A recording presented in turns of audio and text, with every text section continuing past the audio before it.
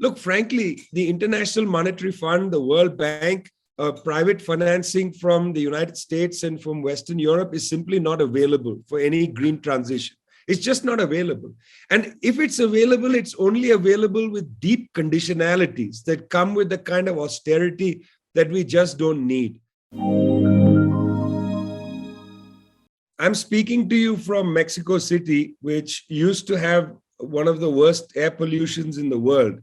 But I want to talk to you actually immediately about India and then develop that to talk about the choices before not only India, but Eurasia regarding what we might call leapfrogging over carbon civilization, or what we might call finding a new path. So it's very clear that when we look at India, country about the same population size as China, one of the, I think now the 5th largest economy in the world, country that has actually been making some interesting contradictory strides. Some things positive, lots of things negative, but that's for another day. There are 5 areas I want to put on the table where you can talk about a green agenda, the need for a green agenda. The first area is air pollution. Well, in India, 75% of the medium to large cities violate the Indian government's own air pollution standards. Air pollution is a serious problem. And it's not just industrial pollution, it's also poor consumer practices for heating. A lot of poor people are forced to burn charcoal, to burn wood, whatever they can find, even rubber, to heat themselves. So poor infrastructure, basic residential infrastructure, puts heavy particulate matter into the air. There's also other reasons for air pollution, one of them being reliance upon trucking rather than using the rail system to transport goods and so on. But one of the issues is air. Second is energy. India is, as you know, reliant upon either energy imports or burning coal. These are the 2 areas of energy. There are times when I've seen the budget in India go up to about 6% of GDP for energy imports. So it's also expensive to be importing crude oil from the Gulf, crude oil from other parts of the world, also natural gas. It's expensive. And it's expensive. It's a foreign exchange drain. So the question of energy is important, to think about renewables and so on. The third is resource efficiency. If you actually look carefully at industrial production in most countries in the world are quite inefficient with the use of resources. I think this is of great concern, particularly if India is going to expand its domestic industrial development capacity. A better use of the domestic resources, metals and minerals, I think is of importance. The fourth thing, of course, is waste. We know that, an enormous amount of plastic is generated in our world.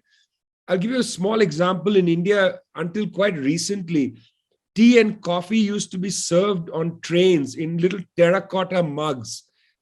This had 2 benefits. One, there was an enormous artisanal production of terracotta mugs, so it was an employment generating mechanism. The railways would buy these little mugs called kullers from artisans. Secondly, after you finish the cup of tea, you just throw it out of the window because it was entirely compostable. It was made of mud. Well, the Indian government decided to modernize the railway, and we moved from this perfectly good form of drinking tea and coffee on the train to plastic cups. And so now people with the same habit of drinking beverage and throwing it out of the window just throw the plastic cups out of the window. So the rail lines in India are littered with plastic. Now, the last thing is water. I talked about air, energy, resource efficiency, waste, and then water. Water pollution is a pressing issue in India. And I think here the matter is not just about better technology to purify water and so on, but there's a hazard to the way in which we've developed our industries. The pollution of groundwater has become pretty endemic. Rainfall is erratic, therefore reservoirs don't get filled up. You get, a combination of flooding and drought. That's what happens when you get really catastrophic weather systems. You're not getting the kind of filling up of reservoirs and so on. Anyway, these are the 5 principal issues on the table for India. Question is raised, well, how are we going to solve these things? There are 2 direct roads. One, let's call it the Western Road. The other is the Eurasian Road. So first, the Western Road. What is the Western Road? Look, frankly, the International Monetary Fund, the World Bank, private financing from the United States and from Western Europe is simply not available for any green transition. It's just not available. And if it's available, it's only available with deep conditionalities that come with the kind of austerity that we just don't need. So on the question of financing, the Western development model right now is pretty broke. I mean, you look at the Millennium Challenge Corporation, the grant they've given to Nepal is $500 million. Okay, that's just to build electrical lines. That's just not even, in the ballpark of the kind of money needed for the great green transition. So if you look at the Western developmental model, there's just no financing available. And secondly, there's no appetite in that model to really release technology from patents. I mean, intellectual property rights regime, the TRIPS regime, is absolutely religiously sacrosanct in the WTO. And look, we've seen the way in which those property rights have been sacrosanct during the COVID pandemic. I mean, if you're not going to release it during the COVID pandemic, well, I mean, I would argue that the climate catastrophe is equivalent, if not more deadly, because it leads to annihilation. But there's no appetite to release it. Well, that's the Western development model, pretty limited, in my opinion. There's a Eurasian model, which could be interesting and could be something, I think, to consider. Look, frankly, Russia has 24% of world's natural gas. And if you could see pipelines across Eurasia, linking the continent and not the continent, the 2 continents together, this is actually to the benefit of countries like India. The United States had a private company, one may remember, called Enron, which tried to develop a liquefied natural gas terminal at Dabhol in Maharashtra. The entire project was riddled with corruption and had to be scrapped. Also, it would have been much too expensive for the Indian consumer. India can't afford it. And Russia has 24%, of the world's natural gas resources, an amazing resource. China, on the other side, of course, is the world's leader in solar and wind. And the Belt and Road is put on the table financing mechanisms, including through the People's Bank of China, which is not as onerous as the IMF has demonstrated in the past 6 decades. So there's a possibility of Eurasian integration. In fact, that's indeed what was going on when Poland joined the Belt and Road in 2019, when Italy joined the Belt and Road, and so on. Well, here comes the third point. There is a hindrance being placed before what I consider the historical fact of Eurasian integration. There are 2 hindrances before us, 2 blocks to that. What are those blocks? The first is being demonstrated in Ukraine. This is that the United States and some of its allies will do anything to prevent Eurasian integration. This is a conflict about a natural historical fact that the United States has tried to block. In fact, the best evidence of this, and one can say, well, Trump was an aberration. I don't actually believe so.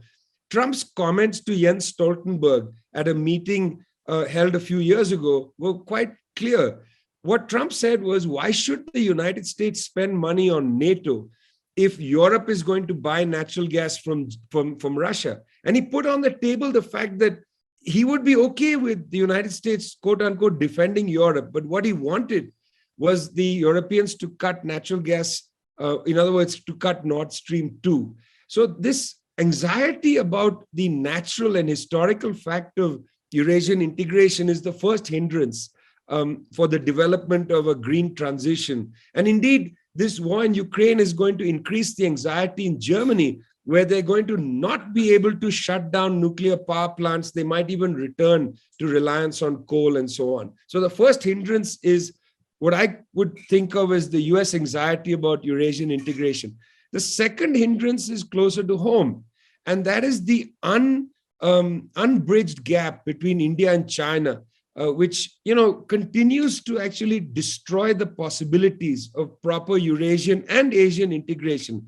Recently, India's External Affairs Minister Jaishankar was asked about this issue, and he said, look, India and China's problems predate the Ukraine conflict. Don't drag us into your conflict. It's not a conflict about the rest of the world, and therefore it needs to be sorted out between Beijing and Delhi.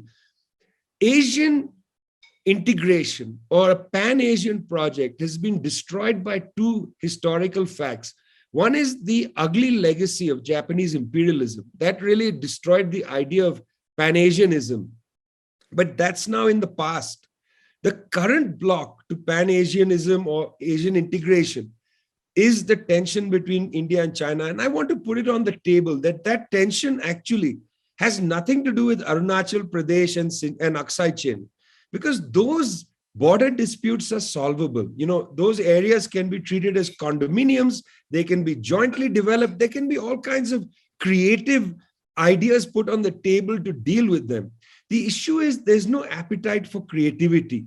The countries are at a standstill, and it's up to us in a way, actors such as us, people such as us, to open the discussion and have, I think, to raise some of these creative issues.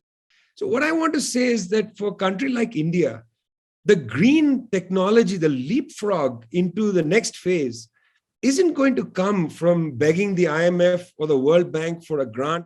The only way it's going to happen is if India is able to properly integrate with China and Russia, if complementarities are there on the table for all these countries. That's the only way that Asia, or in fact Eurasia, are going to be able to meet climate targets. Look, frankly, we are not able to meet Sustainable Development Goal number 1, which is eradication of hunger. How are we going to meet the other 16 SDGs? But the climate issue is a life and death issue. And for that, I think we need to be very serious about what we're talking about. No point beating around the bush. And so I hope I haven't beaten around the bush. Thanks a lot.